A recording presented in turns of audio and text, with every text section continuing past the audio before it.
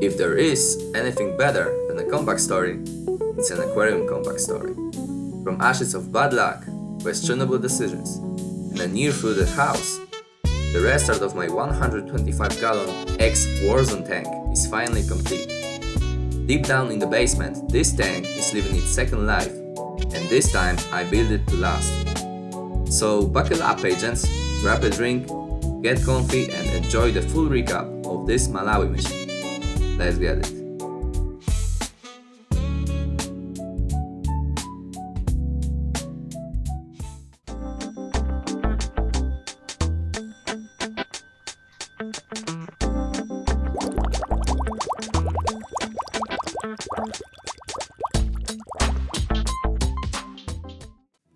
Let me tell you a little story.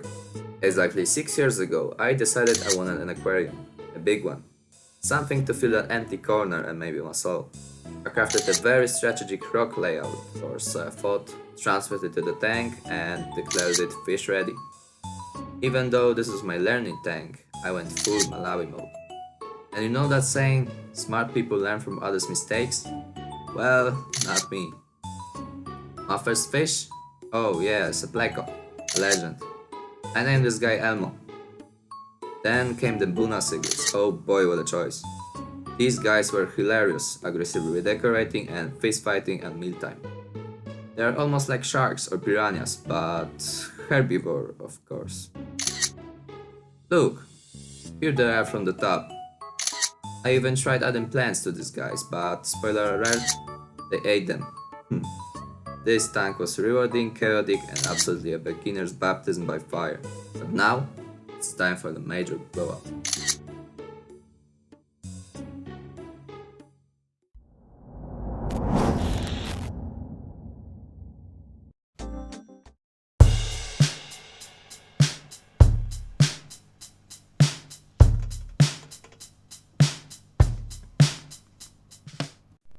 Welcome back, ladies and gents. This is my aquarium today. It has been running for over 6 years now, and I gotta say, it's been a wild ride. The fish are doing surprisingly well considering their age. From the original stocking, nothing changed, well, except for the brutal natural selection that took place.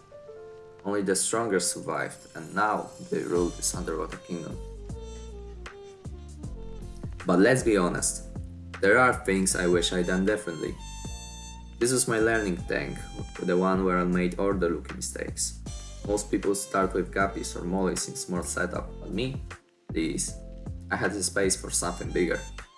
150 by 50 by 70 centimeters tall, almost 450 liters of water. Now, don't get me wrong, bigger is usually better in this hobby, but for a beginner, let's just say it was a challenge. And now here we are. Tank is reaching its final chapter. Let me explain why.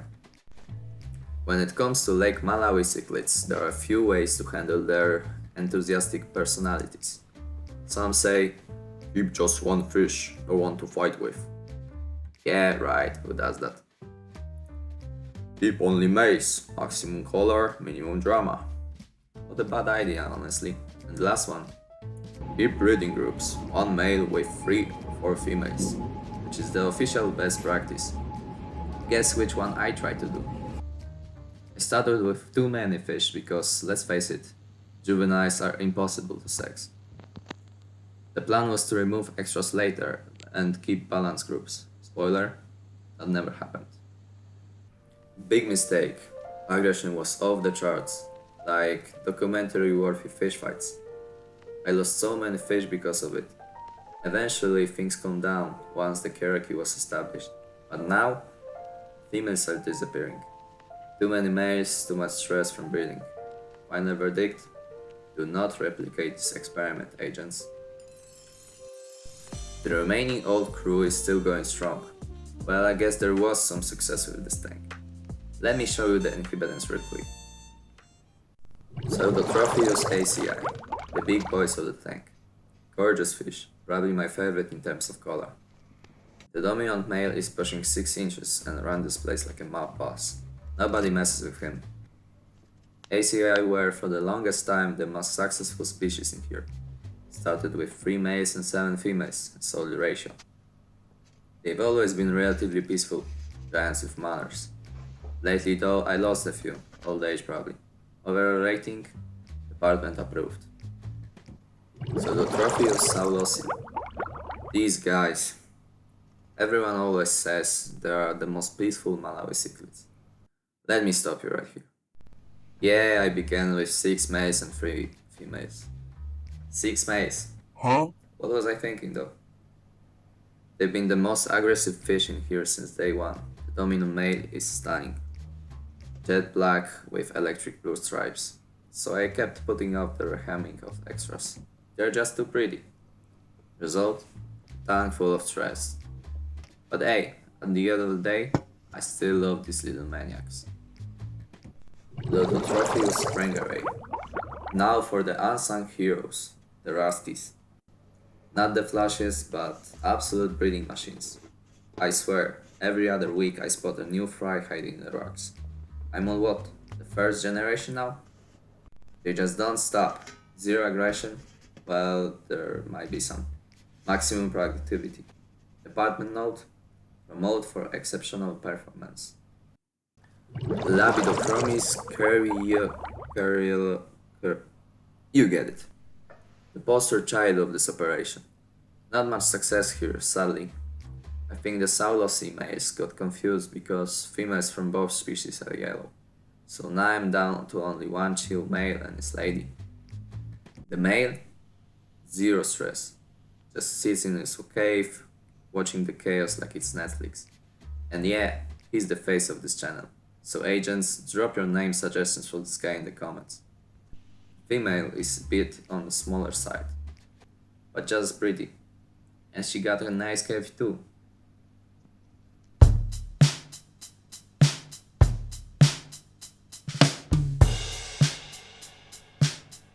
Man, these Mbuna cichlids can drive you crazy one day from the aggression.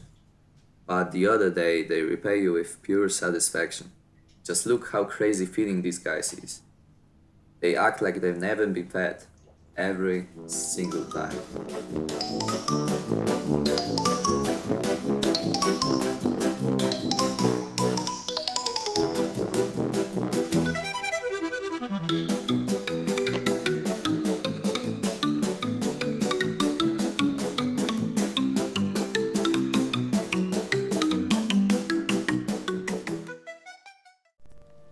This tank's been running on 2 canister filters since day one. For the most part, reliable workhorses. But let me tell you about the great leak incident. One day, the right filter decided to stage a rebellion. It wasn't just a slow drip, it was a full-blown waterfall inside the cabinet.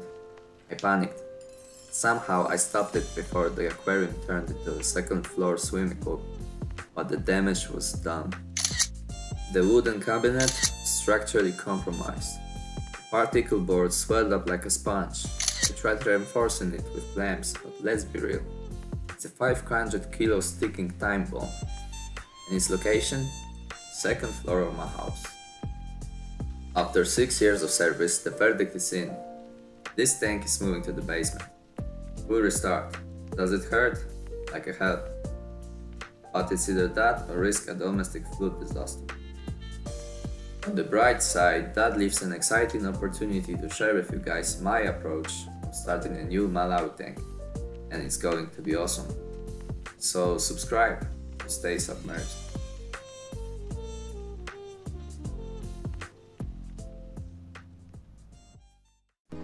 First step, get a proper support system. No more trusting my floors to particle board. Enter the industrial grade metal stand. Ordered online, arrived in a suspiciously heavy box. Unboxing it felt like assembling a tank chassis. Big black powder coated steel, bolt together design. Weight capacity? I think it'll be alright. Funny thing, when I first set up this tank years ago, I just heated it onto that wooden cabinet without a second thought. Young and dumb, I guess. Now, I'm treating this like it's a damn SWAT team operation. Installing the stand in the basement was an easy part. Leveling it, that's where the real fun began. 3 shims, 2 car swords, and 1 minor existential crisis later, it's ready. But here's the elephant in the room. What about the fish? I'm not just gonna dump them at some random pet store. These are my OG crew, survivors of Malawi Thunderdome.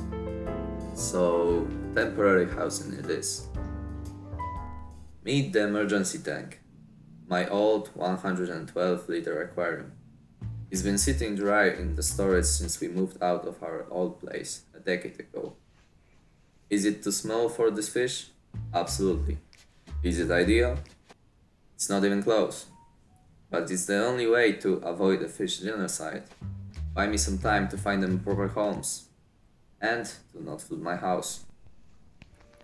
I'm loading it with extra hiding spots to minimize the stress. And yeah, I'll be rehoming some. No way I'm keeping all these secrets in what's essentially a fish studio apartment. The bittersweet part? This empty tank will haunt me. We all know how this goes. It's just temporary, turns into, maybe a dwarf puffers. And suddenly, I've got another full-blown ecosystem. But for now, mission priority, move maintain safely, keep the fish alive, try not to cry. Case status in progress. Today is the day, we're moving house. These guys, completely clueless. Perfect. African cichlids are special. Stress them out and they'll stop eating for days. So before we turn their world upside down, we feed. Feeding Buna is like hosting a mosh pit at vegan buffet. Every flakes is like personal insult. So today we overfeed just a little, because full fish are slow fish, and slow fish, well, you'll see.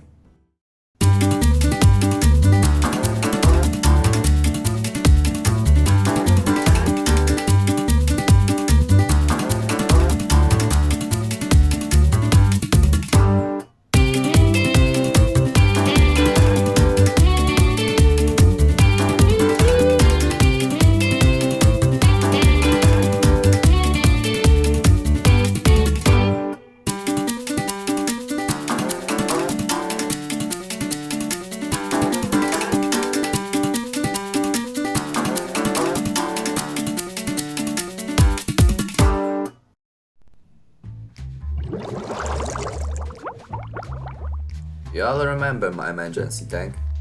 Well, it's dirty as hell, so I need to clean it real quick. I'm using an old-fashioned method called vinegar.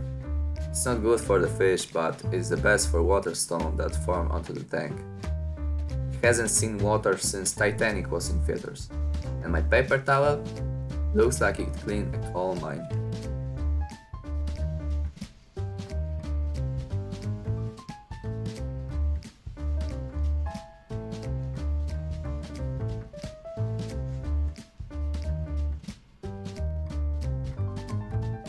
It's nice and clean now. Oh yeah, the lid. I took it outside for a quick bath. My dog also likes aquarium. Say hi, Mika.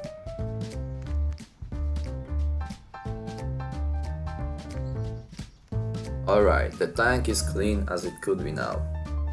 But it's missing one aesthetical factor, which is the background. I am using half water, half dish soap for this one. Slap it on, squeeze out the bubbles with this garage found artifact. Works suspiciously well, just like duct tape on bad decisions. Sometimes good things are simple, right? Now that the background is installed, I let it sit for a couple hours to seal nicely. Weigh it down with litter trash, particle board, assy. Wait for the magic, and all this effort just to hide the fact that I can't able manage. Priorities. You may be wondering, where did I get this cupboard from? Well, I ordered it. It's just over 100 kilos. What could possibly go wrong? Welcome to your new favorite segment, Aquascape Ops.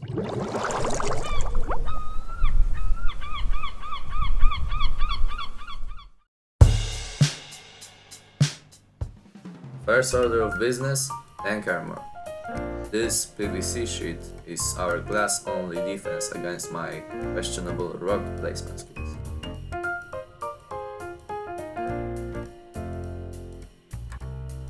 I'm reusing rocks from old tank. Not exactly nature documentary material, but they've got character. And by character, I mean 6 years of cichlid bite marks. This isn't decorating. It's a fish warfare prevention. Every tunnel is a demilitarized zone. Every cave, a witness protection program. I'm basically building an underwater UN headquarters.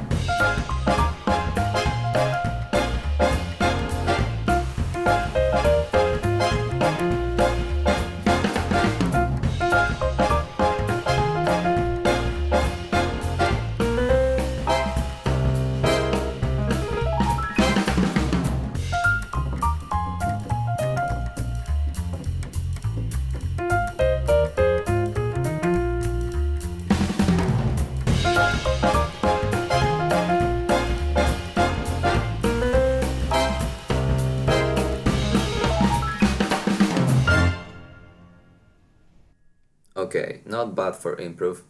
We've got bridges, we've got hideouts. If this was a real estate listing, we'd call it a rustic charm. These leftover shells might as well toss them in, like putting a gnome in a prison yard.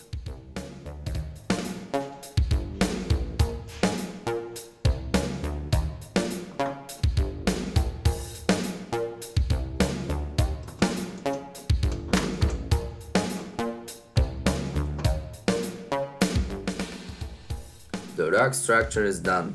Now, it's ascent time. Specifically chosen so the Mbuna don't turn this into their personal dust storm simulator. Washing it? Yeah, right. I've got bad decisions to make elsewhere.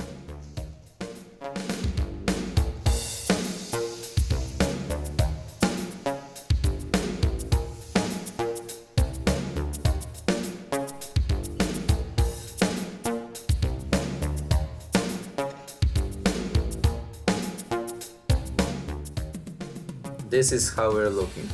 I'm proud of this piece. Now for the vintage tag. This Fluval 205 is older than some of my fish. It'll probably leak, but hey, free water changes, right? The heater? Let's just say it's got character. And the skimmer? Just because surface scum is not an aesthetic. It's time for the magic trick. Water from the main tank.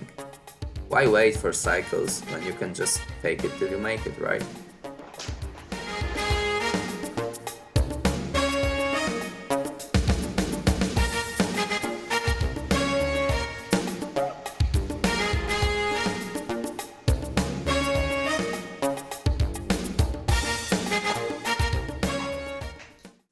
Agents, I present to you Retirement House. Fully operational and ready for its golden years, gangsters. Would you live here if you were a fish? Comment down below. Somebody cue the Mission Impossible theme. It's relocation o'clock. The most stressful part. And not for the fish. Don't worry about them. I've turned their lights off. Maybe they'll think it's just a weird dream. Like when your parents moved your bedroom furniture as a kid. Took out the rocks, drained some water. Now comes the fun part. Net food.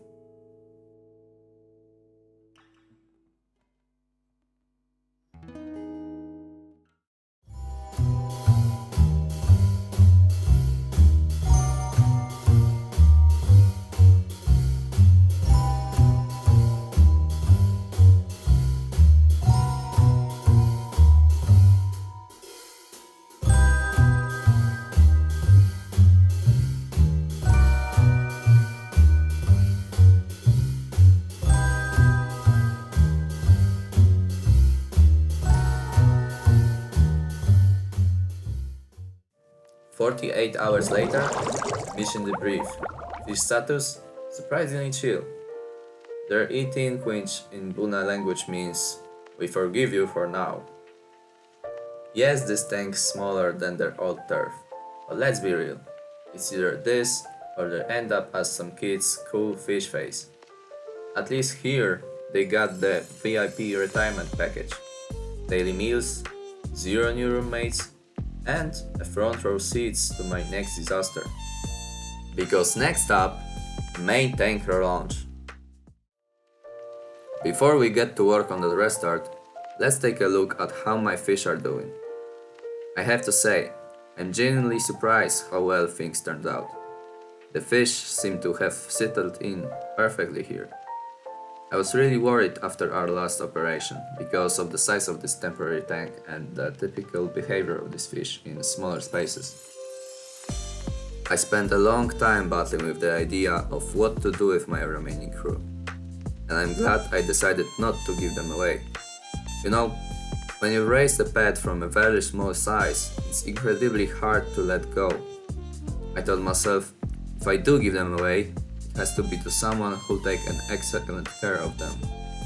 But after exploring my options, I found that's much harder than it sounds. Believe it or not, they have actually become more peaceful than they were in the Warzone tank. My guess is, there are only a few females left, so no reproduction related drama anymore. And overall, they've got more hiding spots in this layout compared to the tank size, which probably helps too.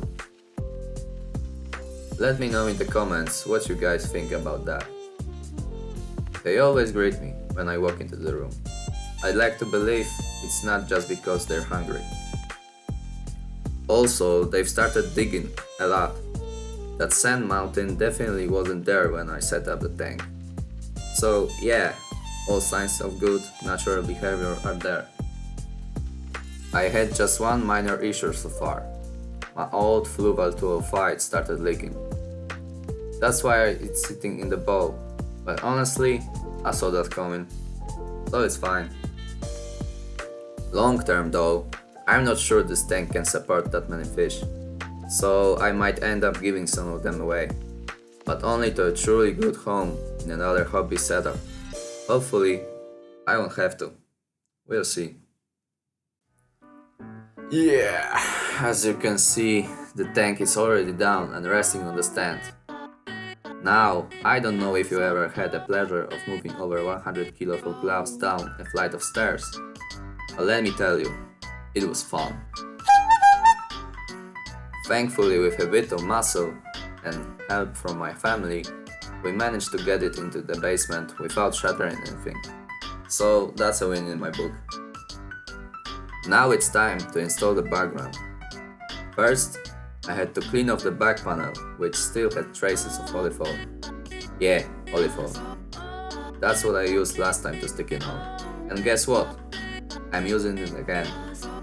It actually works way better than dish soap. Trust me. No streaks, no bubbles, no drama. You know the procedure. Slap it on like a sticker bomb. Squish the air out like it's bubble wrap. Press it down with some trusty particle board. And let the magic happen. Now that the background is finally in place, it's time for your favorite segment, agents.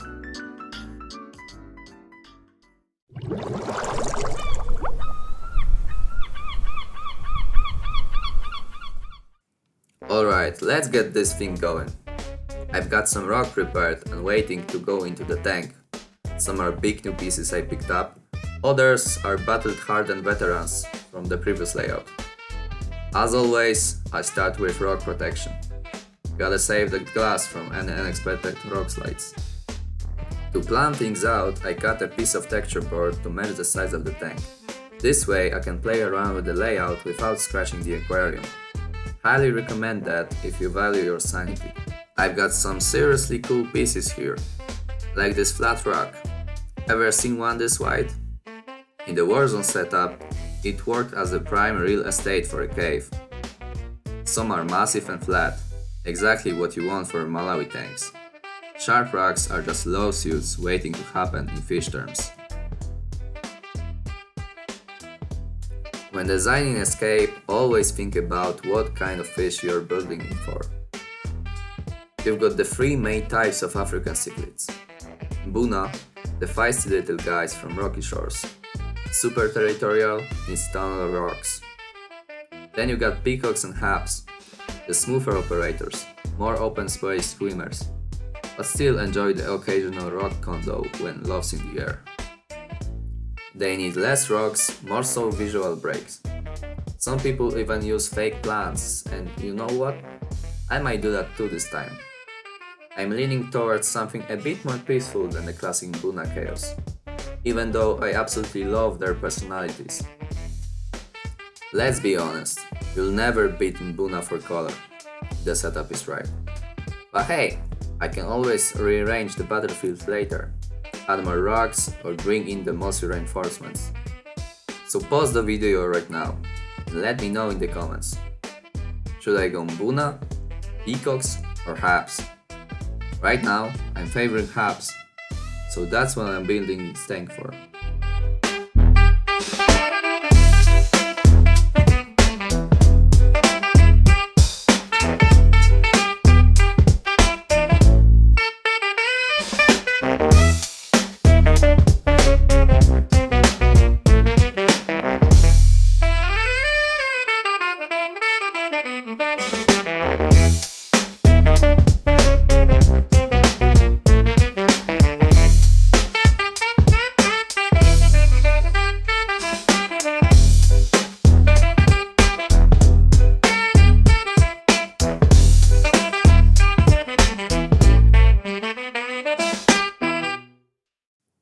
And there we go, Aquascape done.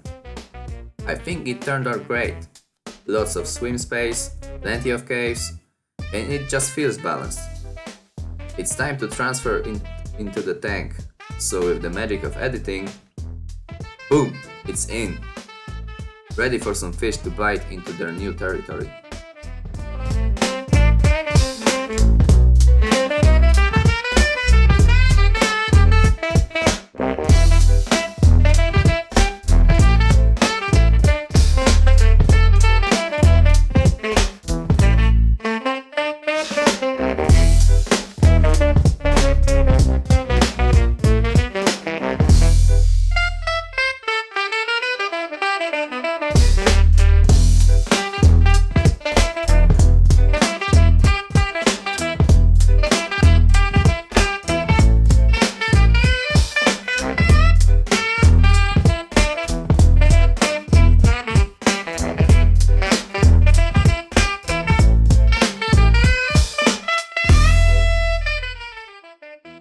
Now for the sand. I'm raising the good old Warzone substrate. And yeah, it's filthy. Like archaeological dig through the dark ages filthy. Glad I finally decided to wash it.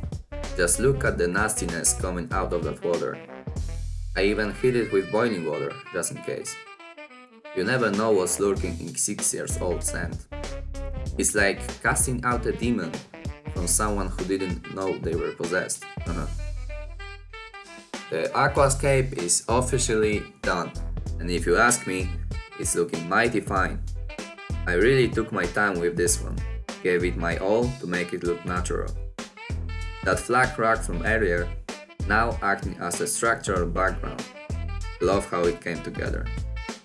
Let me know what you think in the comments, and don't go anywhere, we've still got some big steps ahead. The Warzone restart continues. Okay, I've placed the tank exactly where it's supposed to be. Level it up one more time, you don't want any leaning tower of Mbuna situation down the line. And now we're ready to fill her up.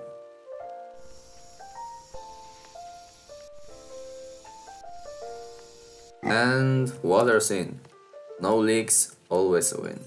The sand settled nicely, smoothed itself out like it knows it's showtime. And with that, it's officially ready to start maturing biologically. Now seeing it like this, it feels like it needs some of that taller fake grass into the bag. Just to break it up visually. We'll get there. Obviously, this is just the beginning. I still need to install the filters from the old setup, finish the casting around the frame, and add some beneficial bacteria to kickstart the cycle. There's still a lot of work ahead, but I'm fully committed, because the best part, the fish haven't even arrived yet. That's when things really come to life. So stay submerged for more updates, agents. This mission is just getting started. After about 3 weeks, the cycle was complete. Water parameters look great, and I was finally done waiting.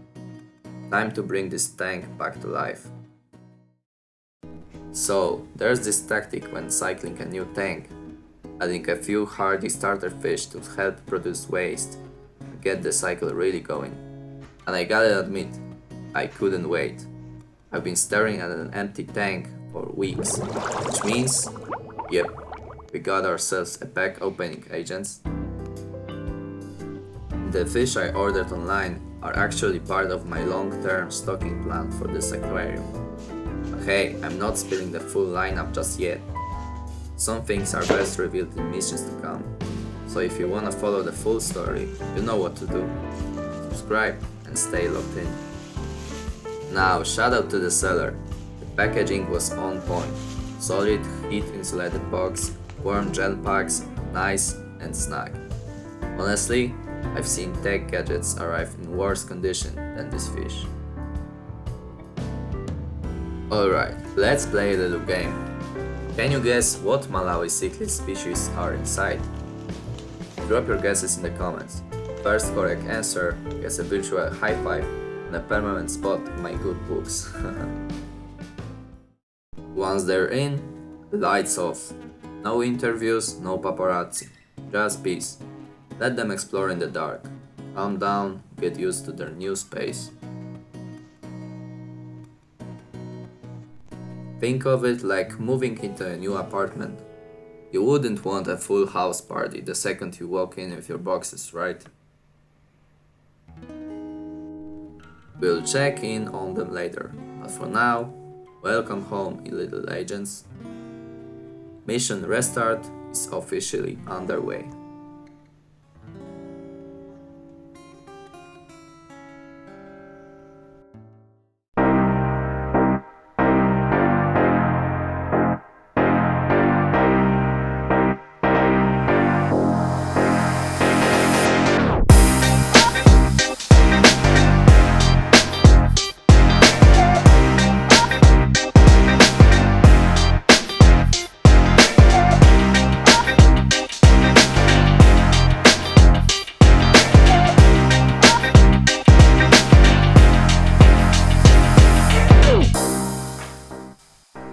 Alright, the fish are in and they are settling nicely.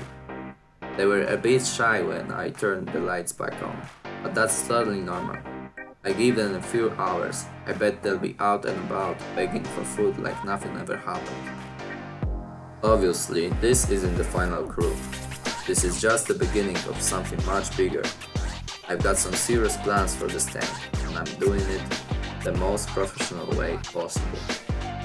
So in a week or two, reinforcements are coming in. More colors, more characters, more action. If you made it this far, thanks for diving deep with me. Stay submerged, agents. There's been a lot going on recently in the fish basement, and I'm excited to share it. First of all, you may see that the retirement house is no longer beside 125 gallon. Where did it go? Well, with the magic of some very industrial grade trolleys, we managed to move it across the room. Why? Well, aesthetics, you know me. But in all seriousness, it just felt right. Finally, the main furniture came in, the sitting area, a big sofa and a garden chair. They're not exactly made for the indoors, but they really match the energy down there, and I like it enough to keep them. Now I can sit right next to my friends and look at them. And honestly, they just form this cozy little nook in the corner. So I thought, why not move the retirement house there?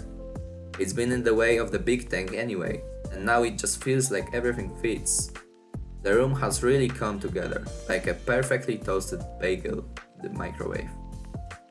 Maybe that's not the best metaphor, but you get it. But that's not the only progress. You can see there's been a lot of movement in the big tank, because it's finally fully stocked, for now at least. And let me tell you, the difference is night and day. The tank looks like a real slice of Lake Malawi, with all the energetic fish I wanted from the start. It's been a long road, but seeing them all together now, it's worth every minute. So let me show it to you closer. The fish, the new scape, full picture. Let's get into it.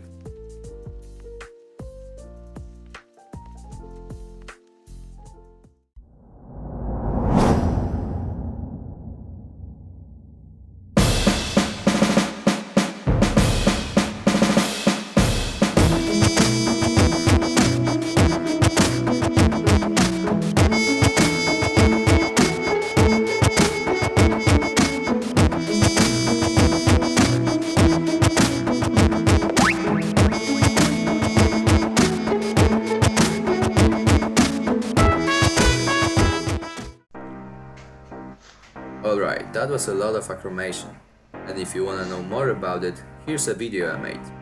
Maybe it'll be useful for you. Anyway, as you can see, we've got some serious new gang here. All of the kindergarteners went through their delivery flawlessly. Seriously, I'm really glad how these fish took it. Not a single casualty, no outsiders, no weaker specimens. I'm not kidding, flawless. Maybe I got lucky. Or maybe I'm the master of acclamation.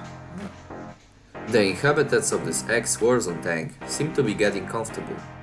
They were shy at the start, that's normal. They were hiding in the rocks as soon as someone besides me, of course, walked into the room. But now they are swimming freely throughout the aquarium. They are eating well, maybe not as well as my Mbuna used to. But still, they like flakes, pellets, and I didn't get to try the frozen food yet, so there's a room for wonder. But I'm really proud of how things are going. Here's one more key to a great established Malawi tank. I'm talking about the hubs, but not only. If one guy looks like another, it's fight time. So to keep things casual, I tried to put as different species from each other as possible, and maintain similar aggression levels too. Usually fish get named after their body types, so in most cases, avoid putting two Copatichromis or Protomelas in one tank. They might fight. In my aquarium I went for 3 different head species, so I don't have that problem. Also, I like having multiple shapes and personalities in the tank. Don't judge me, but I think it all worked out fine. Okay, but let's get back to the stocking. I focused on 3 main species for this tank. Only 3? Well yeah, because I wanted youngsters for my tank.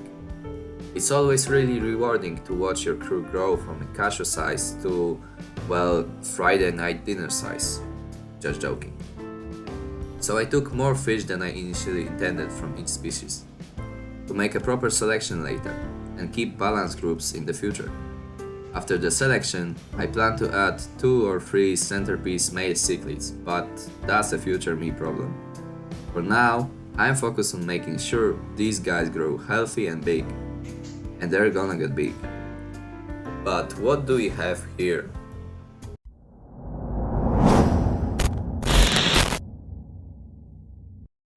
Classicophromis milomo, the very first residents of this Malawi tank. You may know them from my previous videos. Milomo are going to be the biggest of all these fish. The male can push 10 inches, at least that's what Wikipedia says.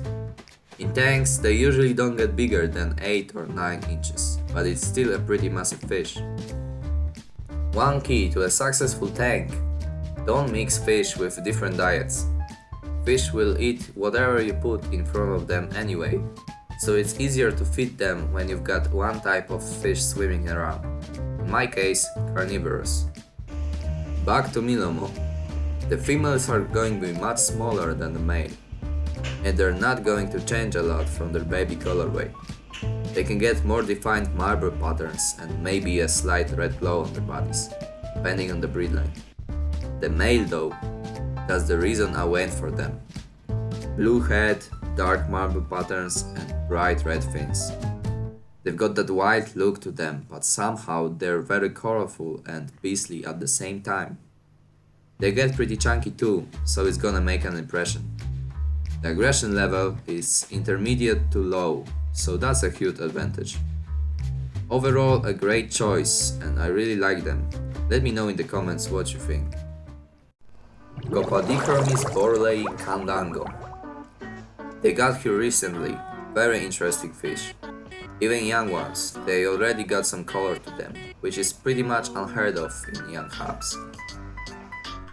They get slightly smaller, around 6 to 7 inches, female a bit smaller. They're the most curious fish I've ever seen. I didn't even get them out of the bag properly, and they were already swimming like crazy in the foreground of the aquarium. Maybe they just don't care. I like them already. The male is going to be all red with a light blue head and a dorsal fin.